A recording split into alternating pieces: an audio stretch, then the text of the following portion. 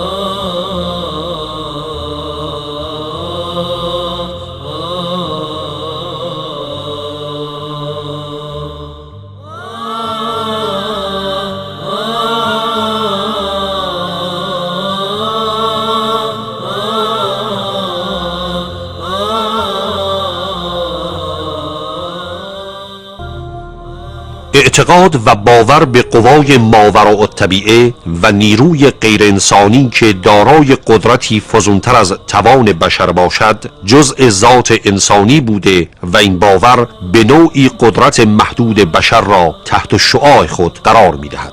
از طرفی نیاز خالی از تقوای انسان به جای گرایش به قدرت نامحدود الهی و مدد جستن از ذات باری تعالی این بشر ناتوان را سوق می دهد به سمت باورهای خرافی و ادعاهای خالی از حقیقت و باز هم در اینجا عده‌ای سودجو در صدد کسب فایده‌های شیطانی برآمده و بیش از پیش حقیقت را در پستوی خرافات و اعتقادات نادرست مخفی می کنند.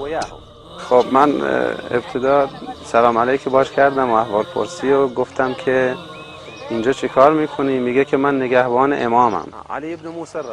میگم که امام کیه؟ میگه که غیب ابن علیه. نمیدونم هم غیب ابن علی کیه. خاله هم شايفين منه هسه اللي هسه هم ما حد شايف منه شيء. نهج الولد يوم طاب. چیز دیدن گفتم تا به حال چیزی شده که يابا من ولد وهي المريض. ومن ابو طاب. پسر رو بردن مریضه. وصلوا يابا هيك مريض دشوا بالعين غير وصار زين قام.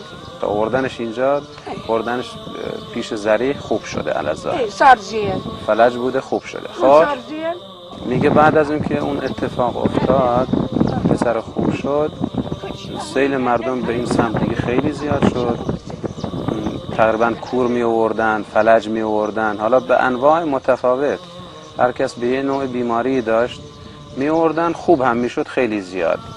خاله انت شفت احد صار زين شما چیزی دیدید که خوب شده؟ میگه نه من ندیدم. میگه من میوردن پا درخت میبستن و میگن خوب شد من ندیدم. شايف تبعين انا شلوغ اصلا هيك ما میگه شلوغ بود خیلی زیاد منم ندیدم کسی. مله هذا مله يزور حتى ما ينزلون. میگه روحانی میاد از شهر حتی از ماشینم پایین نمیاد. میگه که این غیب نوه امام رضاست به این شکل. شاهدن الشيارات شنو قصه درخت‌ها رو دارم بهش میگم. های سعده های وين سعده؟ اون سعده است. سعده اسم عربیه اسم دختر عربیه.